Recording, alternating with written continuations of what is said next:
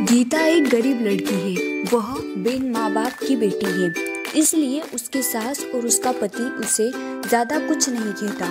गीता के घर में गीता की ही चलती थी। वो जो कहती थी उसकी सास और उसका पति बिना कुछ कहे मान लेता था, क्योंकि वह एक बिन माँ बाप की बेटी थी और उसने शादी से पहले बहुत दुख दर्द सहा था। गीता घर का कोई काम नहीं करती थी।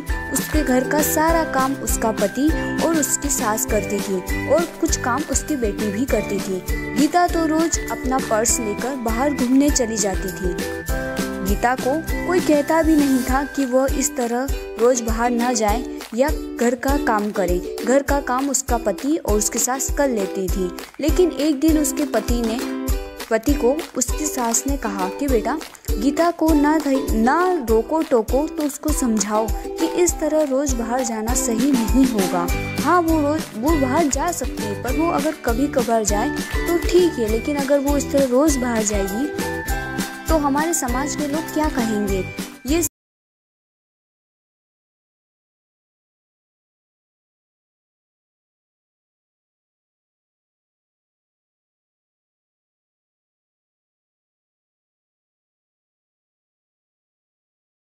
करना हो, गीता की ही चलती थी। वो अपने पति और अपनी सासू को बहुत बातें सुनाती थी। अगर उनसे कोई काम ठीक से नहीं होता तो भी वे उन्हें डांट लगाती थी। फिर भी उसका पति और उसकी सास चुपचाप उसकी सारी बातें सुनते रहते थे, ये सोचकर कि कभी ना कभी गीता को एहसास होगा कि वो जो व्यवहार करती है वो सही नहीं है।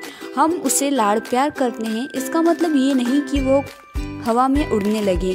पर यह बात कभी उसके ससुर ने और उसके पति ने उसके मुंह पर नहीं कही। उन्हें सिर्फ इसी बात का विश्वास था कि कभी न कभी उसे इस चीज का एहसास होगा। एक दिन ऐसे ही गीता अपनी सहेली रश्मि से मिलने जाती है। वो दोनों काफी दिनों के बाद मिलती है। रश्मि उसको सारी बातें बताती है कि कैसे उसकी सासू उस पर अत्याचार करती है और उसका पति भी उसकी सास की मदद करता है, उसे कुछ नहीं कहता। उसकी सास उसके पति को उसके खिलाफ भड़काती भी रहती है। वो चाहे कितना भी काम कर ले, कितनी भी अच्छी तरीके से घर की सारी साफ सफाई करे, सारा काम करे, फिर भी उसकी सासू उसमें नोकझोंक निकाली देती थी और उसका पति भी उसकी माँ का साथ देता था।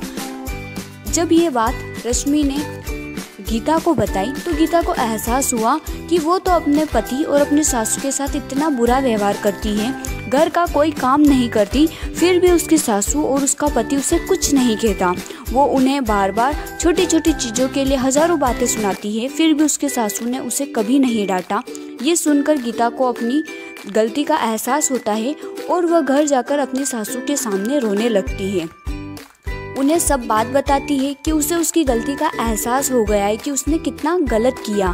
तब उसकी सास उसे कहती है कि बेटा रो मत, हमें विश्वास था कि तुम्हें एक न एक दिन अपनी गलती का एहसास होगा और तुमने गलती चाहे कैसी भी की हो, लेकिन तुम्हें अपनी गलती का एहसास हो गया, बस यही बड़ी बात है। अब हम सब साथ मिलकर हंसी खुशी रहेंगे। तुम बिल्कुल शौक मत मनाओ, क्योंकि हमें पूरा भरोसा था कि तुम एक अच्छी लड़की हो और तुम्हें एक न एक दिन अपनी गलती का एहसास जरूर होगा। इसके बाद गीता और उसका परिवार साथ मिलकर हंसी खुशी रहने लगा। वो सब मिलकर सारा काम करते और हंसी खुशी जीवन यापन करते। अगर आपको स्टोरी अच्छी लगी हो तो वीडियो को लाइक और चैनल को सब्सक्राइब जरूर करें।